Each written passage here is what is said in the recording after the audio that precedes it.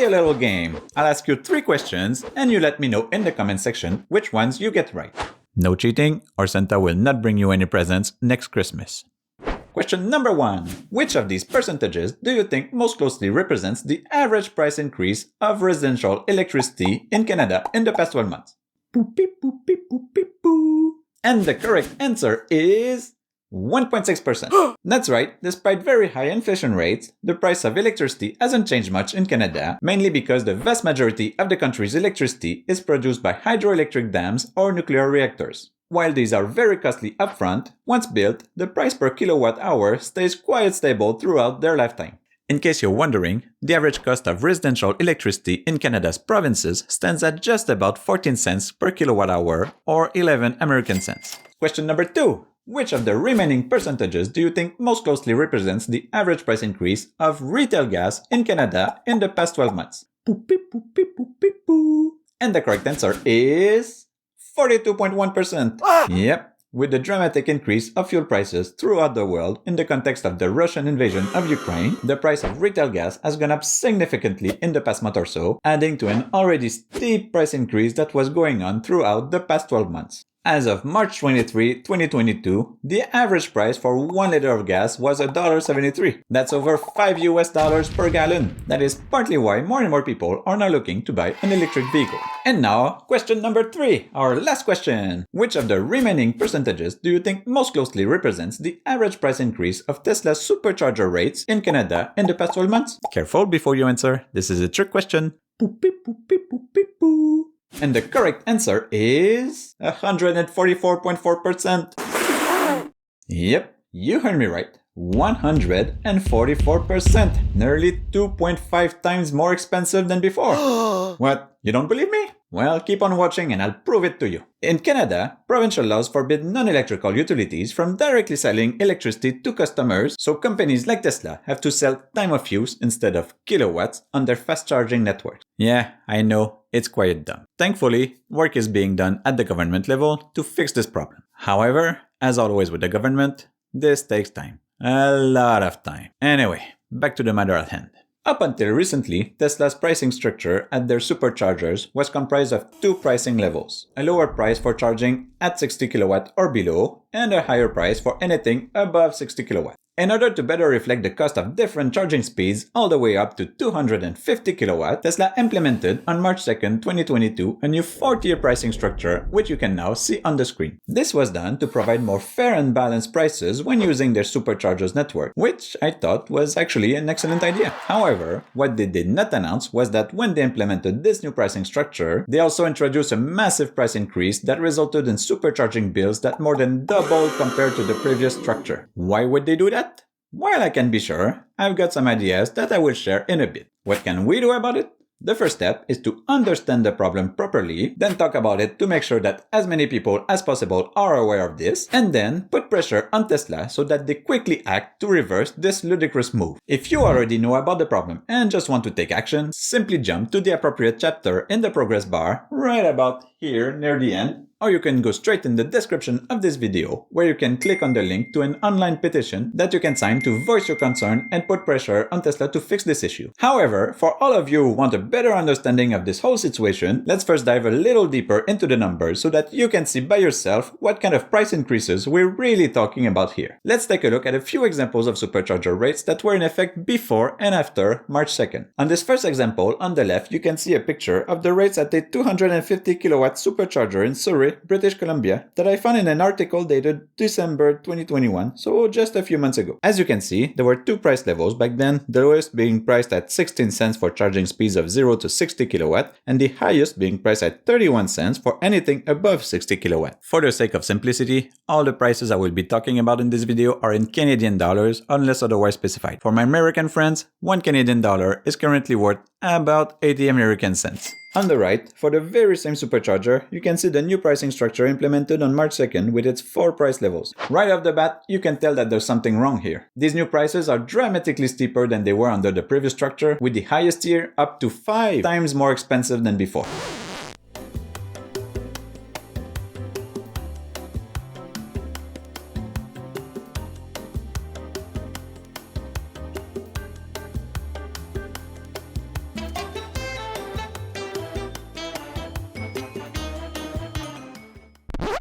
It's quite obvious right there that this will result in a price increase. But by how much? We'll get to that, but first let me quickly show you just one more example of before and after. Here you can see the rates at a 150 kilowatt supercharger in Rivière-du-Loup, Quebec, both before and after the new pricing structure. On the left, taken on February 25, 2022, the prices range from 22 to 43 cents, while on the right, as you can see, they now range from 25 cents to $1.25. How does that look like in real-life examples? Well, I made a 22-minute charging session at a 250 kilowatt supercharger only a few weeks before the price increase, so I went back at the exact same place after the price increase to do a similar charging session and compare the two. It also happens that I have to do a specific long-distance trip several times a year, and I had to go again very recently, so I'm in a good position to compare the actual cost of this trip before and after the recent price increase. We'll get to that in a minute, but first let's take a quick look at the 22 minutes fast charging session at the 250 kilowatt supercharger. In both cases, I started charging with about 15% battery left, so that both sessions were under similar circumstances with the battery preconditioned. During the first session, the whole 22 minutes were charged at the highest price, meaning that the whole session the car was charging at a speed of at least 60 kilowatt. At a rate of 45 cents per minute, 22 minutes of charging cost a total of $9.90. Simple math, I could even do it myself. For the second charging session, the first 4 minutes were charging at a speed of 180 kilowatt or more at a rate of $1.90 per minute for a total of $7.60. The next 9 minutes at a charging speed of 100 to 180 kilowatt were priced at $1.20 per minute for a total of $10.80.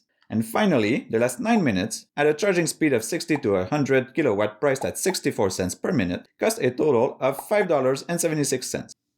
Wow, this is getting complicated. I'm gonna have to call my accountant for that one.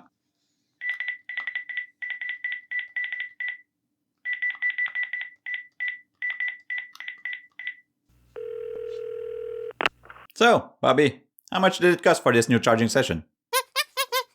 Over $24! That's equivalent to $1.10 per minute, compared to only 45 cents previously, an increase of 144%. If that's not an insane price increase, I don't know what is. Again, there's no trickery here. The two charging sessions were made under very similar circumstances, with the battery preconditioned at the same supercharger and starting with about 15% battery left in both cases. Now that's only a one-stop trip, so let's take a look at the total price increase for an actual long-distance trip. About once a month on average, I need to do a 1,000 kilometer round trip. In American shenanigan nonsense, that's about 600 miles. For the sake of this comparison, I went through the invoices on my Tesla account and gathered the data for 4 of these trips I made under similar circumstances in the past year, including one made recently after the price increase. By similar circumstances, I mean that I went there and back within a 24 hours period, going through pretty much the same roads, leaving home with a full battery, and using only superchargers throughout the trip. So here's the chart that Bobby prepared with all the data. Thanks, Bobby! There's quite a lot of stuff here, so let me guide you through the important numbers. This represents 3 different trips, 2 of them made during this past winter and 1 this past summer, as shown by the dates as well as the average temperature for each day. For each supercharger stop, you can see how long I charge at each price level and the rate per minute for that level. You multiply these to get the total cost of supercharging for each price level, and then add all these to get the total cost of supercharging for the whole trip. The outside temperature can have a big impact on the total amount of charging required to do the trip, so I also included the total duration of the supercharging sessions for each trip. Finally, in order to have a proper comparison point, I included the average cost per minute for each trip. This is the important number to keep in mind. I have to point out here that the in-car navigation system has been acting weird for me since Tesla added the waypoint feature last November. Throughout the winter, my car kept telling me I need to charge to full at nearly every stop during these trips, and it never recommended multiple shorter stops to charge more efficiently as it used to. This often resulted in charging sessions that lasted for an hour or even more, and explains why the total charging duration is so high for these trips. This difference can't be completely explained by the colder temperatures. There was something else at play here. I brought this to Tesla's attention, but of course there wasn't much that the service centers could do about it, and nobody had a clue about anything.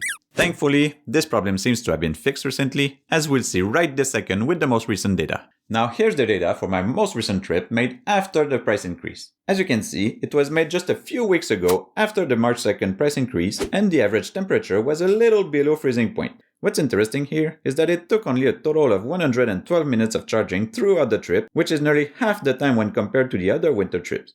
It's actually barely more than for the summer trip. Anyway, back to the money business. I said money business, not monkey business. Oh. As you can see, this last trip cost me a whopping $114, while even the longest and most expensive trip at very cold temperatures cost only $75. This is a difference of nearly $40 or 52% higher when it should have been less expensive because it was warmer outside.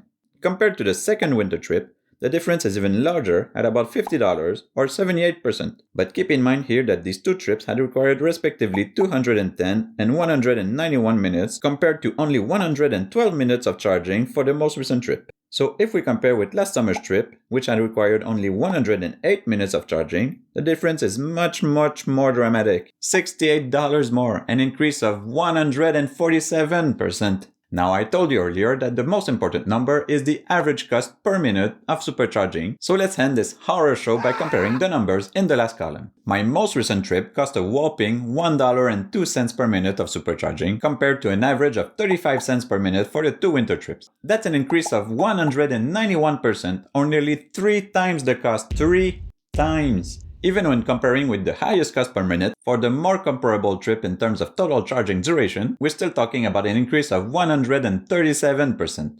Bobby asked me to tell those of you who are not too savvy with numbers that a 100% increase means that the price double. So a 137% increase means that the cost of using Tesla's supercharging network in Canada literally more than double. This is insane! So, how does this compare with the cost of charging at home? Where I live in Quebec, residential electricity is very cheap at around 7.5 cents per kilowatt hour, the equivalent of 6 of those American pennies with their birdie guy on them. Fully charging my long-range Model Y with its 75 kilowatt hour battery costs about $5.63. I asked Bobby to extrapolate a little from the data acquired at the 250 kilowatt supercharger, and he calculated that before the price increase, it would have cost about $21 to fully charge my Tesla from 0 to 100%, so about 3.75 times as much as it costs charging at home. After the price increase, filling up my car while on the road would cost just about $40, so very nearly twice as much at 7 times the cost of charging at home. As a comparison, in the United States, the average cost per kilowatt at a supercharger is around $0.25, which means that filling up a long-range Model Y costs about $18.75 or 23 Canadian dollars and 50 cents. However, the average price of residential electricity is actually lower in Canada than in the US at 13.5 cents per kilowatt hour in Canada versus the equivalent of 17 Canadian cents per kilowatt hour in the US. I know, all of this is not a perfect comparison for many reasons, but it's good enough to get an estimate that's in the same ballpark, so give me a break. So, on one hand, electricity costs 20% less in Canada on average, but charging at a supercharger costs 70% more. Does that make sense to you?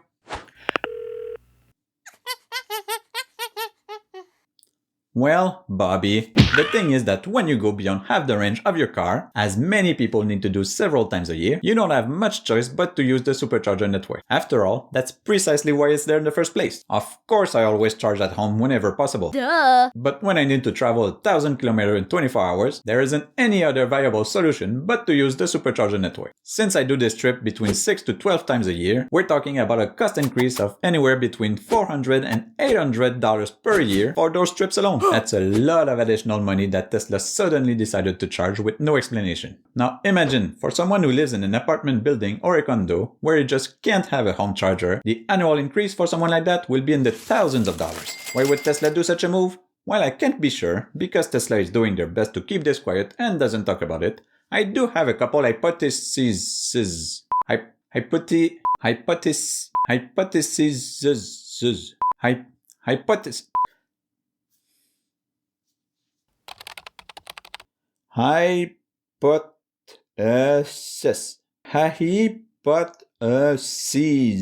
Hi.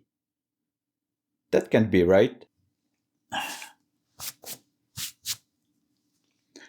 I do have a couple hypotheses. Maybe they want to get their rates closer to those of other fast-charging networks in anticipation of when they will open their superchargers to other networks. While I agree they should make sure their rates for non-Tesla cars should match those of other public fast-charging networks before they open their superchargers to other car brands, there really isn't any good reason to increase these rates for Tesla owners. They can very easily apply a different rate for Tesla owners compared to non-Tesla owners, and on their fact regarding their pilot project to open their supercharger networks in Europe, they even say that Tesla owners owners, and I quote, have access to the lowest supercharging pricing. They also add that Tesla drivers can continue to charge at the same price, while pricing for non-Tesla drivers reflects additional costs incurred to support charging a broad range of vehicles and adjustments to our sites to accommodate these vehicles. So yeah, they can definitely charge a different rate for Tesla cars compared to non-Teslas. So why then implement such an increase? Maybe they're low on cash and they need to squeeze out a few more millions from their low customers? I'm not saying this seriously, of course, but since I can come up with any better reason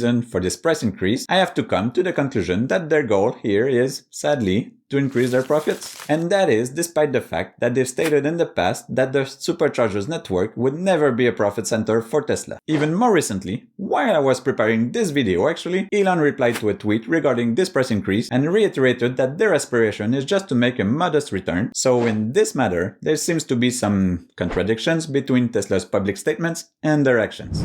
I also thought that maybe they want to put pressure on governments to change laws by making the pay-per-minute model much more expensive, but this strategy seems so much more likely to backfire on Tesla that I really doubt they would do that, and in any case, I'm not at all convinced that they would actually reduce the prices once they start charging per kilowatt hour, not if they can get away with the current pricing levels. Finally, I also thought that maybe they want to encourage owners to charge more at home, but even before the price increase, it was already nearly 4 times cheaper to charge at home, plus it's much more convenient to charge overnight while you sleep than to waste time to travel to a supercharger and sit there for half an hour or more, so pretty much everyone already used the superchargers only when needed. It's important here to acknowledge that in his recent tweet, Elon did say that he will find out why supercharging has suddenly become so expensive in Canada. While this is encouraging, we still have no clue of when or even if Tesla will actually revise their prices. Moreover, while I always tend to give Tesla the benefit of the doubt for their decisions, I find it hard to believe that such a dramatic increase was implemented by mistake.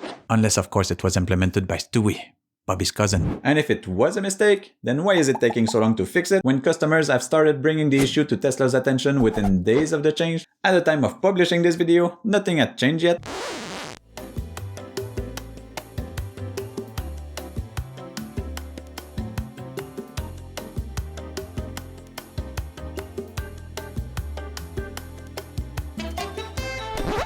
So it's important to put pressure on Tesla so that they quickly take action to significantly reduce this price increase. Anyway, if you have any other hypotheses, I'd love to hear them, so please share them in the comment section below. Again, this is insane, and for the sake of our wallets during this period of very high inflation, we must try to get Tesla to reconsider this price increase, or at the very least to publicly and openly explain why they did this. How? What can you do to help? First off, head over to change.org to add your signature to the petition I started there. To find it, click on the very first link in the description of this video. This petition is our main leverage, since the more it gets traction, the more it will be talked about, and the more Tesla will have no choice but to acknowledge it and take action. Second, talk about this to everyone you know, or at least everyone who has any interest in Tesla, whether they are current owners or thinking of buying a Tesla in the future. You'd be surprised how few people actually know about this price increase, even among Tesla employees themselves. So spread the word around you and ask people to sign the petition. Third, contact your favorite news media, local, regional, or national, and tell them about this. Also, contact your favorite Tesla news sources, as nearly all Tesla news medias outside of Canada have kept completely silent about this. If you're not sure what to tell them, simply copy and paste the pre-written statement that you'll find in the description below, including the links to the online petition and to other relevant info. And finally, to help spread the word further, hit the like button on this video to tell YouTube to show it to more people, and then like and retweet the associated Twitter post. Again, you'll find the link in the description below. Your help is very important. We have to get traction for this to have any chance of reaching Tesla and to convince them to quickly backtrack on this very unreasonable price increase, and we need to do it now to minimize the impact on our wallets. It doesn't matter if you live in Canada or somewhere else, this should concern you anywhere you live, because if Tesla decides to act like this here, you can bet it can very well do it in your area as well. Every action you take will help get the ball rolling until it reaches the critical mass required to get this story mainstream. So please, act now! I've put a lot of time and effort into this video and into this whole campaign, and if you think I'm doing a half-decent job at it, please let me know in the comments. It would be very much appreciated. The goal of this channel is precisely to foster this type of engagement from the Tesla community, so that together we can provide constructive feedback to help Tesla become an even better company and manufacture even better products. If you'd like to watch some of my feature request videos, click here for the full playlist. There aren't many videos yet, and I've still got a lot to learn, but I'm working on this full time and I add new videos as fast as I can produce them. And finally, if you'd like to contact me for any reason, there are several ways to do so. All the links are in the description below. Thanks for watching!